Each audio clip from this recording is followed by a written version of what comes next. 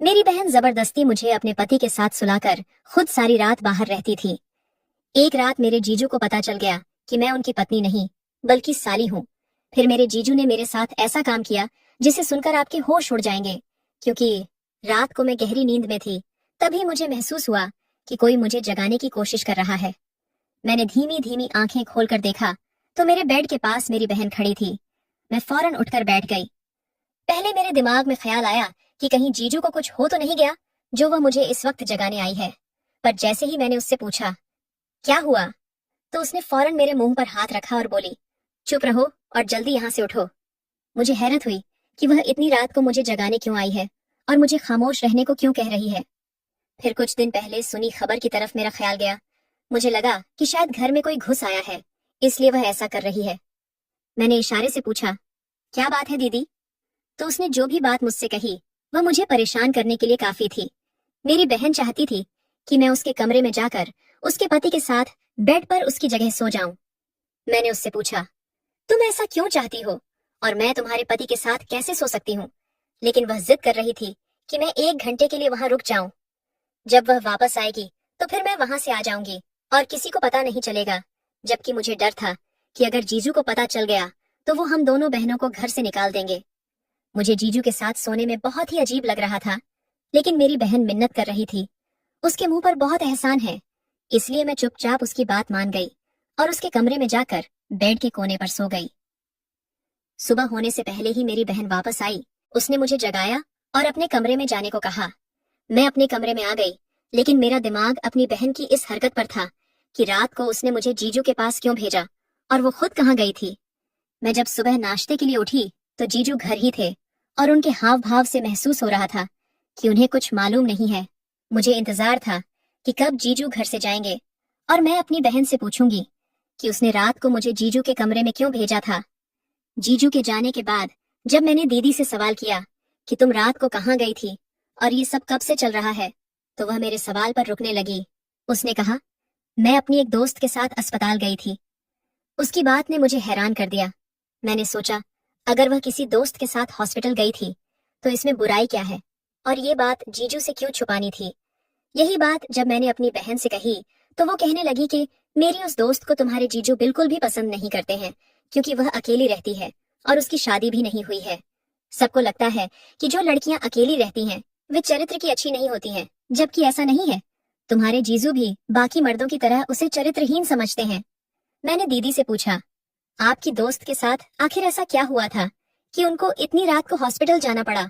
तो मेरी बहन इस बात को टाल गई और मेरा धन्यवाद करने लगी कि रात को तुमने मुझे बचाया, उसके लिए शुक्रिया।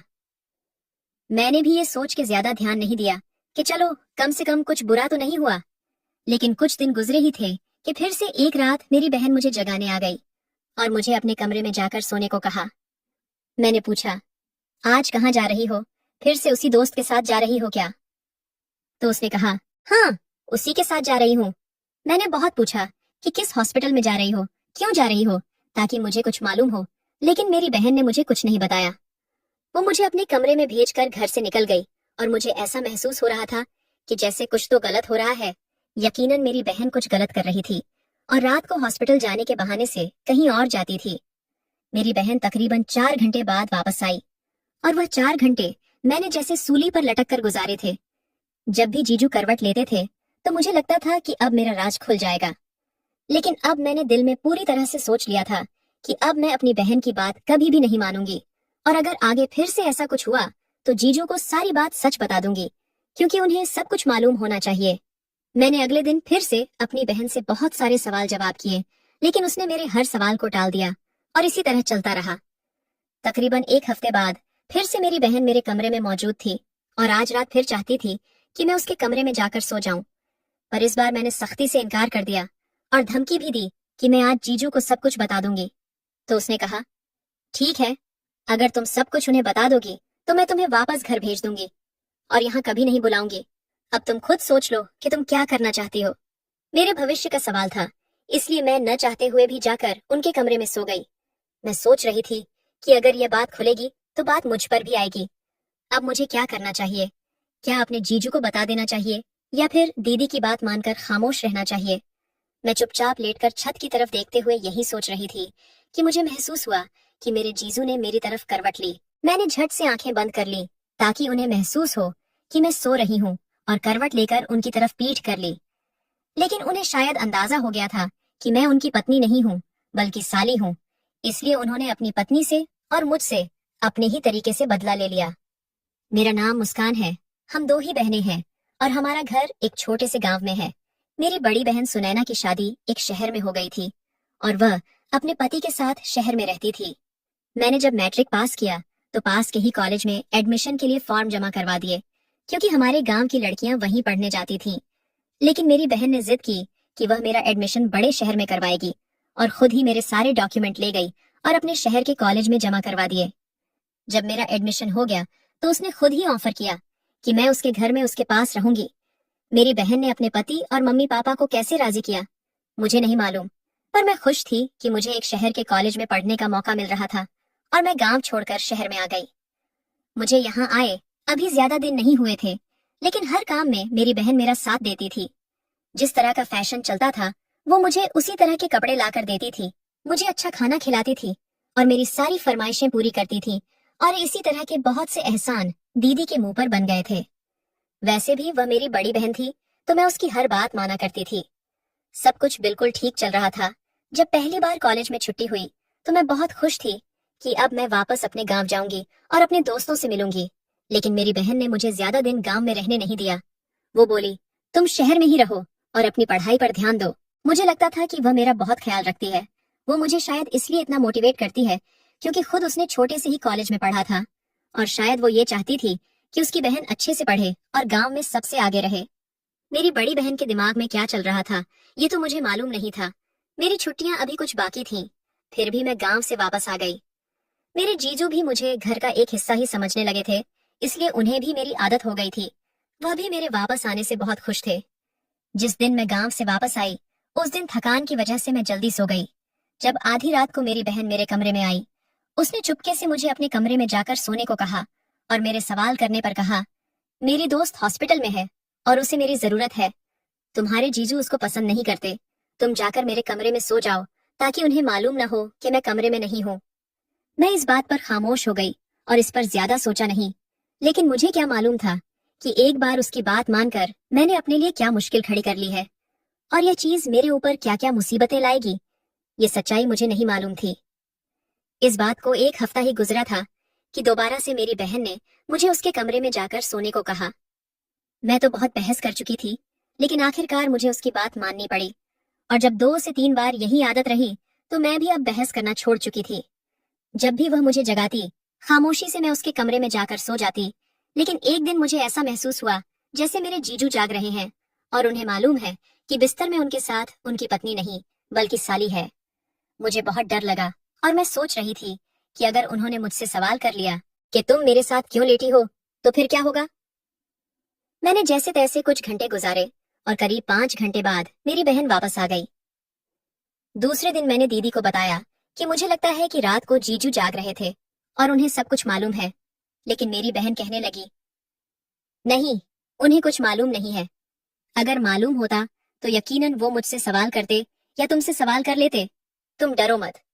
मुझे उसकी इस झूठी तसल्ली से बिल्कुल भी सुकून नहीं आ रहा था। अब तो मेरा कॉलेज भी शुरू हो गया था और दीदी का यह सिलसिला भी जारी था।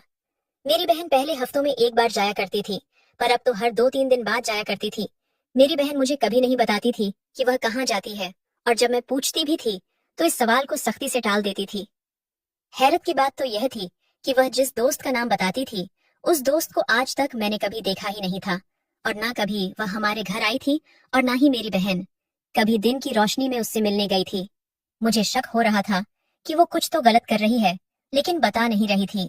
मैंने सोच लिया था कि इससे पहले कि बात खुल जाए मुझे सारी हकीकत मालूम करनी होगी, इसलिए मैंने सारी प्लानिंग कर रखी थी। 2 दिन हो गए थे और मेरी बहन ने मुझे रात को अपने कमरे में जाने को नहीं कहा था, इसलिए मुझे यकीन था कि आज की रात वह जरूर जाएगी। जब रात को बहन ने मुझे जगाया तो मैं चुपचाप उसके कमरे में जाकर बिस्तर पर लेट गई, और जब उसने देखा कि मैं लेट गई हूँ तो वह घर से निकल गई।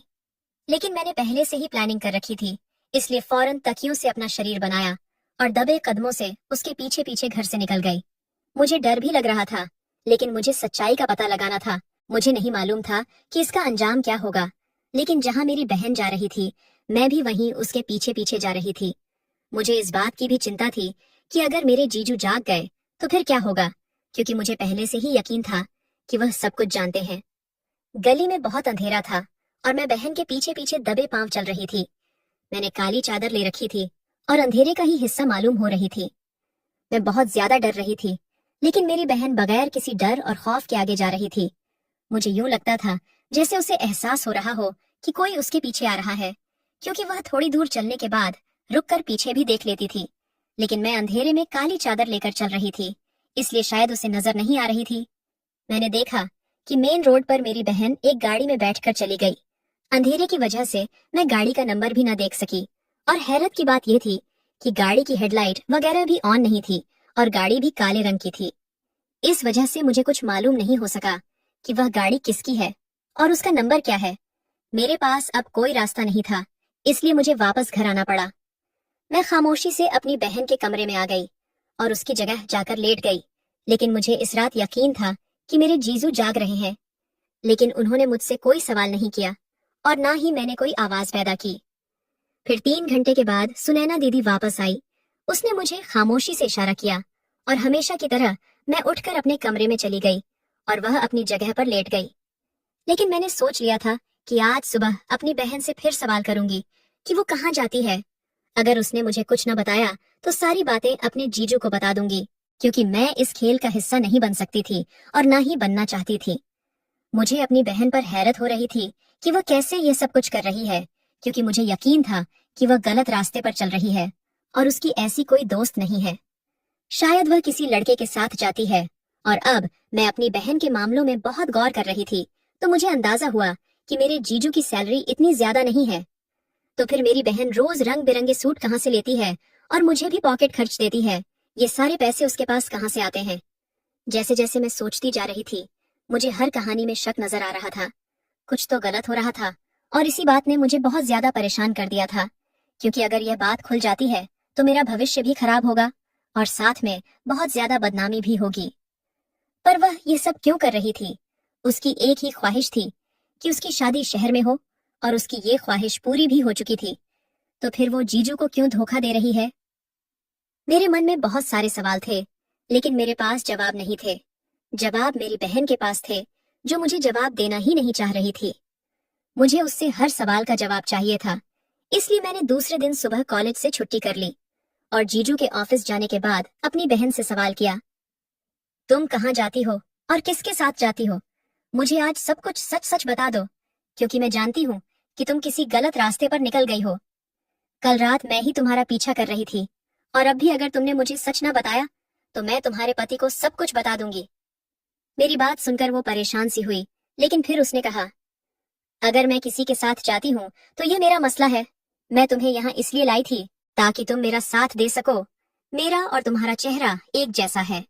अंधेरे में बिल्कुल समझ नहीं आएगा कि मैं कौन हूँ और तुम कौन हो, और तुम्हें यह सब कुछ करना ही होगा जब तक मैं चाहती हूँ। अगर तुम मना करोगी तो मेरे पास एक ही रास्ता है कि मैं तुम्हें गांव वापस भेज दूंगी और माँ को यह बता दूंगी कि तुम्हारा जीजू से किसी किस्म का कोई रिश्ता था, इसलिए मैंने तुम्हें वापस भेजा है। इसके बाद ना तो मम्मी पापा तुम्हें आगे बढ़ने देंगे और ना ही गांव में तुम्हारी कोई इज्जत करेगा। उसकी इस बात ने मेरी आंखें खोल दी थीं। अगर दीदी सच में ऐसा कर देगी तो मैं किसी को मुंह दिखाने के लायक नहीं रहूंगी, लेकिन मुझे अपनी बहन की खुदगर्जी पर अफसोस भी हो रहा था। मैं उसी वक्त रोते हुए वहां से उठ गई, लेकिन अपने कमरे में जाकर सोचने लगी कि दीदी यह सब कुछ क्यों कर रही है। वह तो बहुत ही सीधी सादी लड़की थी। उसने कभी कोई गलत रास्ता नहीं चुना था, जबकि वह शहर में अकेले पढ़ने भी गई थी। उसने शहर से 3 महीने का कंप्यूटर कोर्स किया था, तब वो अकेली रहती थी। हमने कभी भी उनके बारे में कोई गलत बात नहीं सुनी थी। तो अब जब वह शादीशुदा है तो ऐसे काम क्यों कर रही है? कभी कभी लगता था कि वो कुछ गलत नहीं कर रही है, लेकिन आंखों देखा कभी झुठलाया नहीं जा सकता है। मैं हर तरफ से फंस चुकी थी। अगर किसी को कुछ बताती तो मेरी बेइज्जती होती, और अगर ना बताती तो मुझे अपनी बहन के इशारों पर नाचना था और उसकी कठपुतली बनकर रहना था। इसीलिए हर रास्ता बंद हो चुका था। पढ़ाई अधूरी छोड़कर गांव जाती तो भी सब सवाल करते, और अगर किसी से कुछ बताती तो बहन की धमकी सामने थी। इसलिए मुझे खामोशी से वही करना था जो वह कह रही थी। हालांकि इस काम में मेरी रजामंदी नहीं थी और दूसरी तरफ मेरे जीजू के रंग भी बदलते जा रहे थे, जो मेरे लिए बहुत ज्यादा परेशानी की बात थी। वो बहन के सामने तो बिल्कुल नॉर्मल रहते थे, लेकिन जैसे ही मेरी बहन आगे पीछे होती तो वो मुझसे इशारों में बातें करने लगते, जैसे वो जानते हों कि मैं रात को उनके पास सोई हूँ। ये बात मेरे लिए और ज्यादा मुसीबत थी। मैंने सोचा था इस बारे में जीजू से बात कर लूंगी, लेकिन अब उनकी मीठी मीठी बातों की वजह से मैं उनसे भी खींची हुई रहती थी। एक बार मैं बहन की अलमारी से कोई चीज ढूंढ रही थी कि मैंने एक अजीब सी चीज देखी। पीछे के साइड कुछ छुपाया गया था और जब मैंने वो खोलकर देखा तो मैं हैरत में रह गई। उसमें लड़कियों की जीन्स और शर्ट पड़ी हुई थी। ऐसे कपड़े तो हमारे यहाँ दूर दूर तक कभी किसी ने नहीं पहने थे। मैंने अपनी बहन को भी कभी ये सब पहने नहीं देखा था, तो इसका मतलब यह है कि मेरा शक सही है। मेरी बहन गलत रास्ते पर चल रही है। वो ऐसे कपड़े पहनकर अपने किस दोस्त से मिलने जाती है। अब मुझे अपनी बहन से बड़ी नफरत महसूस हुई और उधर जीजू का व्यवहार भी बदलते जा रहा था और मैं ये बात बहन को भी नहीं बता सकती थी, क्योंकि जो खुद किसी गलत रास्ते पर चल रही हो वह मेरी क्या मदद करेगी। फिर एक दिन ऊपर वाले ने मेरी सुन ली और मुझे सारी हकीकत मालूम हो गई। मैं कॉलेज से वापस आई तो हमारे घर के सामने कुछ अजीब किस्म की भीड़ थी। मुझे किसी अनहोनी का आभास हुआ। मैं भीड़ को हटाते हुए जब अंदर पहुंची तो सामने का मंजर बहुत ही डरा देने वाला था। पुलिस वालों ने मेरे जीजू को पकड़ रखा था और मेरी बहन वहीं पर खड़ी थी, लेकिन वो कुछ भी नहीं बोल रही थी। मैंने पूछा, ये सब क्या हो रहा है? तो मेरी बहन ने फौरन मुझे पकड़कर अपने पीछे कर लिया और कहा, बिल्कुल खामोश रहो। मुझे लगता है कि मेरी बहन ने अपने पति को पकड़ा दिया है ताकि वो किसी और के साथ रंगरलियां मना सके। यही बात मैंने अपनी बहन से बोली तो उसने मुझे खामोश रहने को कहा। मेरे जीजू चीखते रहे पर पुलिस उनको पकड़कर ले गई। भीड़ हटने के बाद मैं अपनी बहन पर गुस्सा होने लगी। मैंने कहा, तुम्हें अपने पति को गिरफ्तार नहीं करवाना चाहिए था। अगर तुम्हें वह पसंद नहीं थे तो तुम उनसे डिवोर्स ले सकती थी, लेकिन किसी बेगुनाह को ऐसे पकड़वाना बिल्कुल भी अच्छी बात नहीं है। मेरी बहन ने कहा, वह बेगुनाह कैसे हैं? क्या वो तुम्हें तंग नहीं करते थे? दीदी की इस बात पर मैं सिर झुकाकर रह गई तो मेरी बहन ने कहा, अब तुम यहाँ बैठो, आज मैं तुम्हें तुम्हारे सारे सवालों के जवाब दूंगी। और फिर मेरी बहन ने मुझे जो हकीकत बताई वो मुझे हैरान परेशान करने के लिए काफी थी। वो बोली, शादी से पहले मैं शहर में 1 महीने का कोर्स करने आई थी, तुम्हें याद है? मैंने कहा, हाँ मुझे याद है। इस पर उसने मुझे बताया कि वो कोई कंप्यूटर कोर्स नहीं था, बल्कि उसने पुलिस फोर्स ज्वाइन कर ली थी और वह उसकी ट्रेनिंग लेने आई थी। उसने ये बात किसी को नहीं बताई थी। कुछ साल के बाद जब उसके लिए रिश्ता आया तो मम्मी पापा ने जिद करके मेरी बहन की शादी कर दी। लेकिन जब शादी के बाद उसने अपने पति से कहा कि वह पुलिस फोर्स ज्वाइन करना चाहती है तो जीजू ने सख्ती से मना कर दिया। उसने उन्हें बिल्कुल नहीं बताया कि वह पहले से ही फोर्स ज्वाइन कर चुकी है, लेकिन जब उसने ज्वाइन किया था तो उसकी हेड ने उससे कहा था कि वो रिजाइन ना करे, बल्कि वो डेली ना आए, लेकिन पुलिस के जो छुपे हुए मिशन हैं उनमें वह मदद कर दिया करे। इस पर उसने हामी भर ली। शुरुआत में उसे ऐसा लग रहा था कि घर की किसी मजबूरी की वजह से उसका पति मना कर रहा है। एक बार एक छुपी हुई गैंग के खिलाफ उन्हें सबूत ढूंढना था और उसने अपने पति को बताए बिना ही काम शुरू कर दिया। लेकिन जब गैंग के बारे में मालूम किया गया तो पता चला कि जीजू भी इसी गैंग का एक हिस्सा है और इसलिए जीजू उसे पुलिस फोर्स ज्वाइन करने से मना करते थे। धीरे धीरे दीदी को ये भी समझ आ गया था कि जीजू मुझ पर भी बुरी नजर डाल रहे हैं, इसलिए उसने अपने प्लान को जल्दी पूरा करने का फैसला किया और जल्दी से जीजू के खिलाफ भी सबूत ढूंढ लिए। दीदी बोली, आज मैंने खुद उसकी गिरफ्तारी भी की है, क्योंकि मैं अपने पति को खो सकती हूँ, लेकिन इस देश के साथ कभी गद्दारी नहीं करूंगी। और तू तो मेरी छोटी बहन है। मैं यहाँ तुझे पढ़ाने लिखाने के लिए लाई थी, पर मुझे नहीं पता था कि तुझे यहाँ ऐसा माहौल मिलेगा। अब मुझे अपनी सोच पर शर्मिंदगी होने लगी कि मैं अपनी बहन के बारे में क्या क्या समझ बैठी थी। मैंने तुरंत दीदी से माफी मांगी। उसने खुले दिल से मुझे माफ कर दिया। मेरी बहन ने अपने पति से डिवोर्स ले लिया और पुलिस फोर्स ज्वाइन कर ली। हम अब भी इस शहर में रहते हैं, लेकिन अब मेरे सिर पर किसी जीजू का साया नहीं था और ना ही मुझे डर सताता है कि मेरी बहन किसी गलत रास्ते पर चलेगी और मुझे इस्तेमाल करेगी, क्योंकि आंखों का देखा हमेशा सच नहीं होता।